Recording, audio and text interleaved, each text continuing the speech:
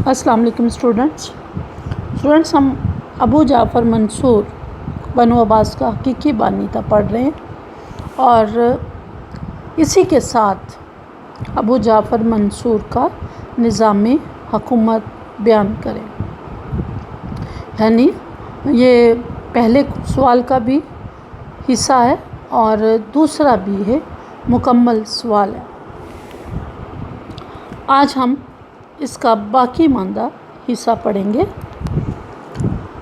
ابو جعفر منصور کے دور کا صوبائی نظام کس طرح کا تھا، اس کا جائزہ لیتے ہیں۔ بنو امیہ کے دور میں صوبوں کی حدود مستقل نہیں تھی۔ جب بھی خلیفہ کی خواہش ہوتی یا کہیں کوئی ضرورت ہوتی تو صوبوں کی حدود میں رد و بدل کر دیا جاتا تھا۔ منصور نے بھی صوبائی گورنروں کی حیثیت اور نوعیت دونوں میں ضروری تبدیلیاں کی، یعنی گورنر کے اختیارات ان میں بھی تبدیلیاں کی، اور اس کے ساتھ ساتھ وہ کس نوعیت کے ہوں گے، کس طرح کے ہوں گے، اس میں بھی تبدیلیاں کی۔ پھر صوبوں کی مستقل حد بندی کی، یعنی یہ ہر وقت جو جوڑ توڑ کا سلسلہ تھا اس کو ختم کیا، اور صوبوں کی اس کے دور میں حدود مستقل ہو گئی۔ وہ اپنے والیوں اور صوبائی حکمرانوں کو ایک جگہ سے دوسری جگہ تبدیل کر دیا کرتا تھا، اور اس کی وجہ یہ تھی وہ زیادہ لمبا عرصہ کسی کو بھی کسی علاقے میں رہنے نہیں دیتا تھا۔ اس کا خیال یہ تھا کہ اگر کوئی شخص کسی علاقے میں زیادہ دیر تک رہے گا تو وہ با اثر ہو جائے گا، اور جب وہ با اثر ہوگا تو وہاں وہ سازش کرنے لگے گا۔ لہٰذا سازش جڑ نہ پکڑ سکے، سازش کسی بھی علاقے میں نہ پنپ سکے، وہ لوگوں کو ایک جگہ سے دوسری جگہ بھیج دیتا تھا، اور کسی بھی عہدے کو موروثی نہیں بننے دیتا تھا۔ اگر کوئی شخص لمبا عرصہ رہے گا تو ظاہر ہے کہ پھر اس کی خواہش ہوتی ہے کہ اس کی جگہ اس کے بچے کام کریں، لہٰذا اس نے گورنر کے عہدے کو موروثی نہ بننے دیا، اور اس سے ساتھ میں یہ بھی ڈر تھا کہ اگر کچھ زیادہ عرصہ رہا تو وہ بدعنوان ہو جائے گا، لہٰذا سازش اور بدعنوانی سے بچانے کے لیے وہ گورنرز کو بدل دیا کرتا تھا۔ انتظام کے لیے اس نے ملک کو جن صوبوں میں تقسیم کیا ان کی تفصیل کچھ اس طرح سے ہے۔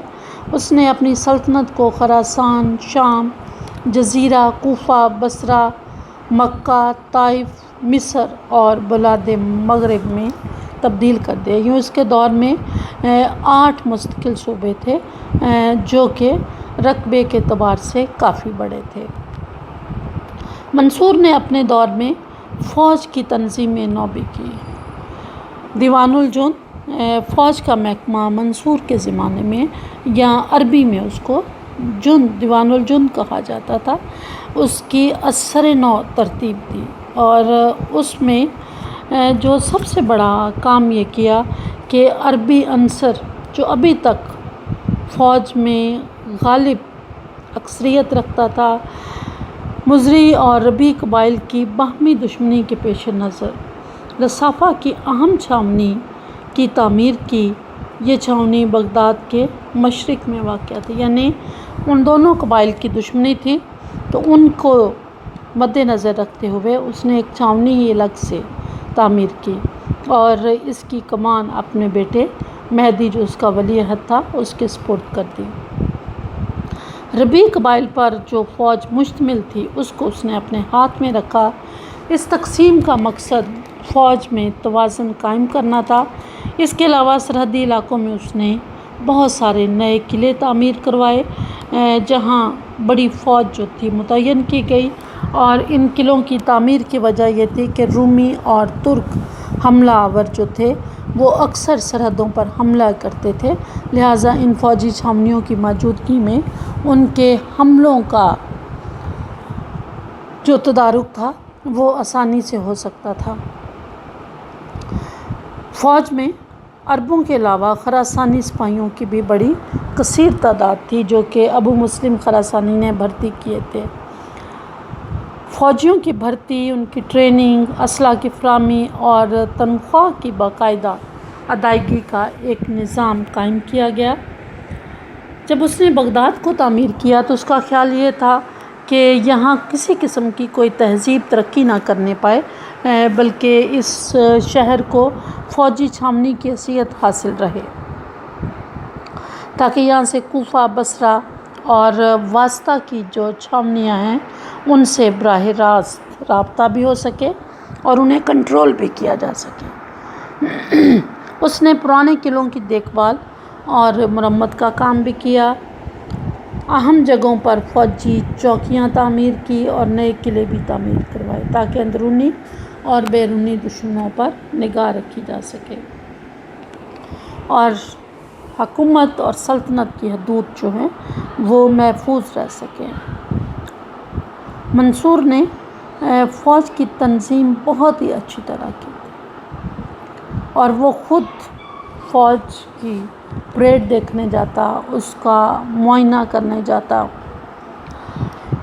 اور سب سے زیادہ وہ فوج کی ٹریننگ پر زور دیتا تھا۔ جب اس کا عہد ختم ہوا تو ایک بہت بڑی فوج جو تھی وہ بنو عباس کے پاس تھی، جو اپنی ہر سرحد کی حفاظت بڑے ہی اچھے طریقے سے کر رہی تھی۔ جس طرح اس نے فوج کو تقسیم کیا اور مختلف گروہوں کو جھگڑے سے بچایا، یقیناً یہ منصور کا ایک بڑا کارنامہ ہے۔ اس کے علاوہ منصور نے محکمہ جاسوسی کو بھی بڑا ہی مضبوط کیا۔ ملکی حالات و واقعات سے باخبر رہنے کے لیے اس نے اس محکمہ کی بھی اثر نو تنظیم کی۔ اس کی یہ خواہش تھی کہ نظام جاسوسی میں اس کے خاندان کے افراد کے سپرد ہو اور یہ کام اس کے خاندان کے افراد کریں، لیکن تحقیر کے خیال سے یہ کام موالیوں سے لیا گیا، یعنی خاندان عباس کے افراد اس بات کو اپنی توہین سمجھتے تھے کہ وہ جاسوسی کا کام کریں، لہٰذا یہ کام بھی پھر ملازمین سے لیا گیا۔ ملک بھر میں وقار نویس اور محکمہ برید، اعلیٰ افسران اور خفیہ کارندے مقرر کیے گئے، یعنی ڈاک کا جو محکمہ تھا اور دیگر محکموں سے کچھ لوگوں کو خفیہ طور پر جاسوس مقرر کیا گیا، جن کا یہ فرض تھا کہ وہ خلیفہ تک ہر اطلاع جو ہے وہ پہنچائیں اور اسے ملکی حالات سے باخبر رکھیں۔ منصور اور ان کے جاسوسوں کے درمیان بڑا گہرا رابطہ تھا، رعایا کہ وہ تمام طبقات کے معمولات سے واقف رہتا تھا، اور جب ابو مسلم خراسانی یا علویوں کو دبانے کی ضرورت پیش آئی تو اس نے خفیہ جاسوسوں کو ہی بھیجا تھا، جنہوں نے بھیس بدل کر اور لوگوں میں رچ بس کر اسے خفیہ اطلاعات بہم پہنچائیں کہ کہاں کہاں بغاوت میں لوگ ابو مسلم خراسانی کا ساتھ دے رہے ہیں یا نفس زکیہ کا ساتھ دے رہے ہیں۔ تو وہ حالات سے باخبر ہونے کی وجہ سے تمام بغاوتوں کو کچلنے میں کامیاب ہوا، یعنی ابو جعفر منصور کے دور میں کسی بھی عباسی خلیفہ کے دور میں ہونے والی جو بغاوتیں تھیں وہ سب سے زیادہ اس کے دور میں ہوئیں۔ ان بغاوتوں کا اس نے قلع کما کس طرح کیا کہ اس کے جاسوس پہلے سے ہی باخبر ہوتے تھے کہ کہاں بغاوت ہونے والی ہے، کون کس کا ساتھ دے رہا ہے، لہٰذا وہ اس سے اچھی طرح واقف ہوتا تھا۔ اس طرح وہ بغاوتوں پر قابو پاتا چلا گیا۔ منصور نے اپنے دور میں آزاد عدلیہ قائم کرنے کی کوشش کی۔ اس کے عہد میں عدلیہ سرکاری نگرانی یا سرپرستی سے بالکل آزاد تھی، البتہ وہ قاضی کا انتخاب خود کرتا تھا۔ قاضی القضاء کا انتخاب خلیفہ کے ذریعے ہوتا تھا، لیکن تقرر کے بعد قاضی القضاء اپنے تمام فرائض آزادانہ بجا لاتا تھا۔ اس منصب پر ایسے لوگ فائز کیے جاتے تھے، کوشش ہوتی تھی جو ہر لحاظ سے اس کے اہل ہوں۔ قاضیوں کے فیصلے بے لاگ اور ہر قسم کے لالچ اور ترغیب سے پاک ہوتے تھے۔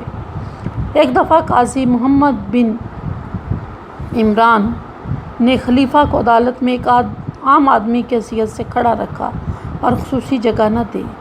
خلیفہ نے قاضی کو عدلیہ کی عظمت برقرار رکھنے پر خوش ہو کر 10,000 اشرفیاں انعام میں دیں۔ اسے اپنے نظام عدل پر اتنا اعتماد تھا کہ وہ ہمیشہ کہتا تھا کہ واللہ میں نے زمین کو عدل سے بھر دیا۔ یعنی اس کے دور میں اس حد تک انصاف جو تھا عام آدمی تک میسر تھا کہ خلیفہ وقت کو بھی ایک عام قاضی عام لوگوں کے برابر کھڑا کرتا تھا۔ دنیا میں کوئی بھی سلطنت ہر چیز کے بغیر قائم رہ سکتی ہے لیکن عدل کے بغیر قائم نہیں رہ سکتی۔ عدل کسی بھی سلطنت کی بنیاد ہوتا ہے۔